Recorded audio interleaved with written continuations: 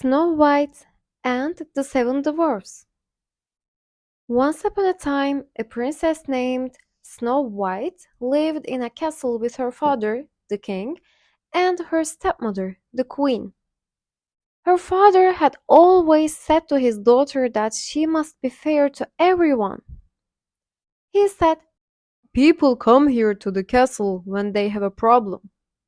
They need the ruler to make a fair decision. Nothing is more important than to be fair." The queen, Snow White's stepmother, knew how much this meant to her husband. At the first chance, she rushed to her magic mirror. "Mirror, mirror on the wall," said the queen, "who is the fairest of them all?" "Snow White is the fairest of them all," said the magic mirror. "What?" yelled the queen. "No one is more fair than I." "The queen must have the best of everything. Everyone knows that. What could be more fair than me?" "Snow White is the fairest of them all," repeated the magic mirror. "What do you know? You're just a mirror," roared the queen, and she stormed off. Still, the queen was bothered. So bothered was she that the queen decided to get rid of that girl once and for all. "I cannot wait another day," she declared.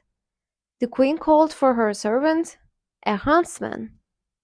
"Find a reason to take Snow White deep into the woods," she said, pointing her long finger at the servant. "Then kill her." The huntsman was shocked, but she was the queen. What could he do? The next day he took Snow White into the woods. As he drew his knife to slay her, Snow White turned around. "Look," she said, taking something out of her pocket. "You have always been good to me." She held in front of him 6 perfect arrowheads that she had carefully shaped. "Do you like them?" she said. "They are for you." "Snow White," said the huntsman, "I cannot do this." "Of course you can take these," said Snow White. "That's not what I meant," said the servant. He dropped to his knees. "How can I say this to you? The queen, your stepmother, she ordered me to kill you," he said. "But I cannot do that." "She did what?" Snow White called out. "You must run away," said the huntsman. "Far into the woods. Run away now, and never come back to the castle." Snow White listened to the huntsman, turned around and ran into the woods as fast as she could. Deeper and deeper she ran. It was getting dark, and the wolves were starting to howl. She tripped, and her skirt was torn. Tall tree branches seemed to reach down to the very ground to grab her. She was scratched, bleeding, and scared. Yet she ran on and on. Then, all of a sudden, far away, there was a light. Who was living so deep in the woods? She stepped up closer. It was a cottage. Yet no sound came from the cottage, only light from the windows. "Hello?" she said, knocking softly on the door. "Hello?" No answer. The door was a little bit open. She opened it some more and stepped in. "Hello, is anyone home?" She looked around. What a mess!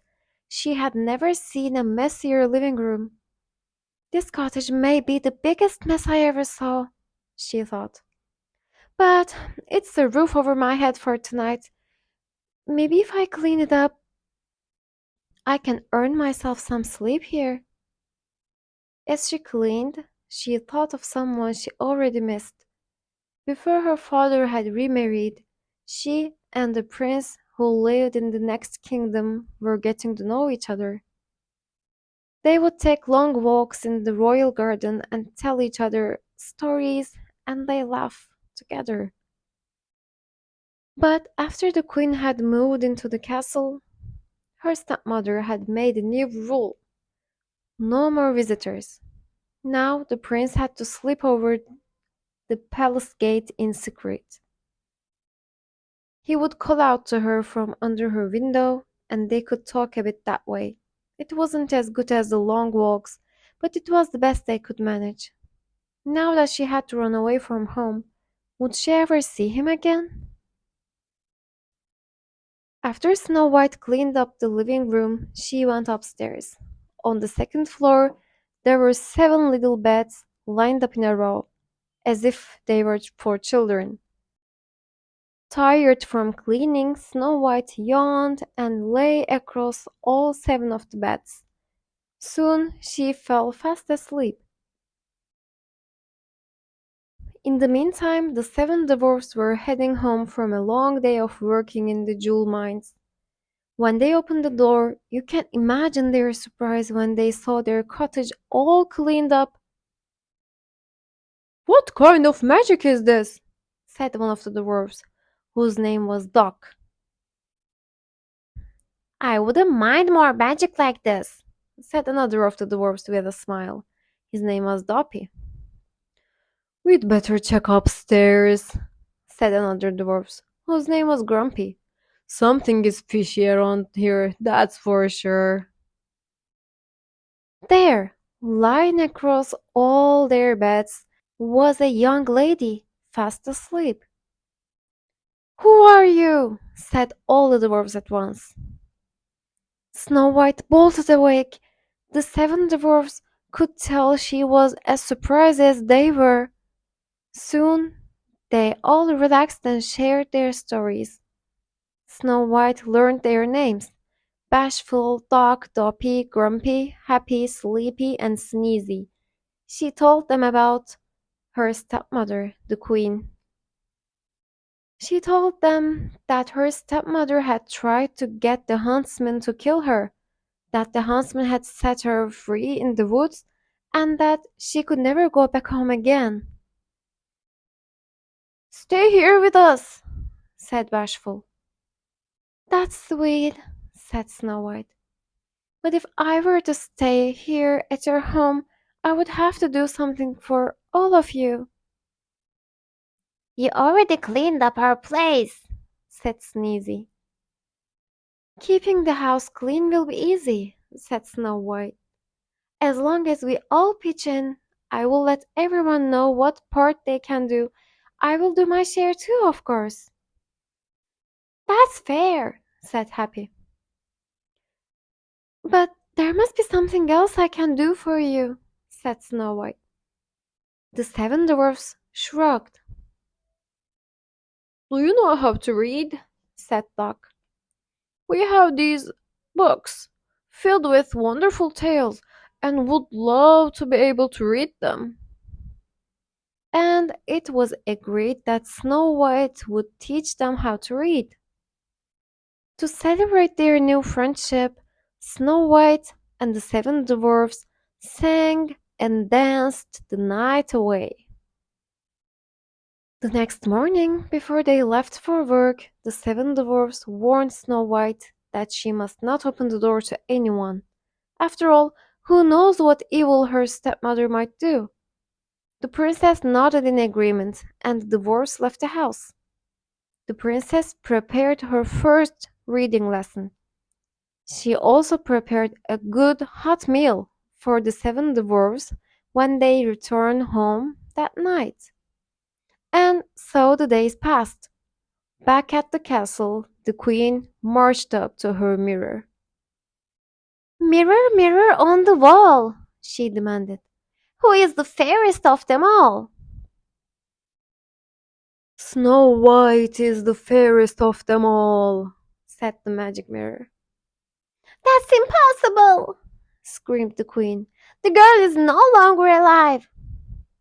"Snow White lives," said the magic mirror, and an image was shown on the mirror of Snow White living in the cottage of the 7 dwarfs.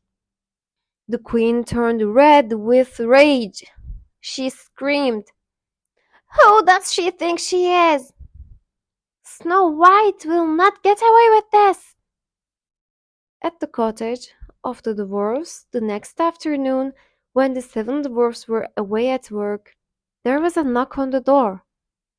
"Who is it?" said the Snow White.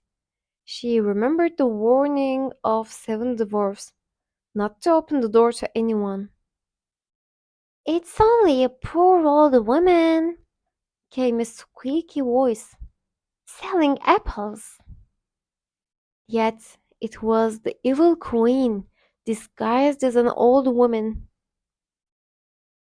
"It's raining out here, my dear," said her voice through the door.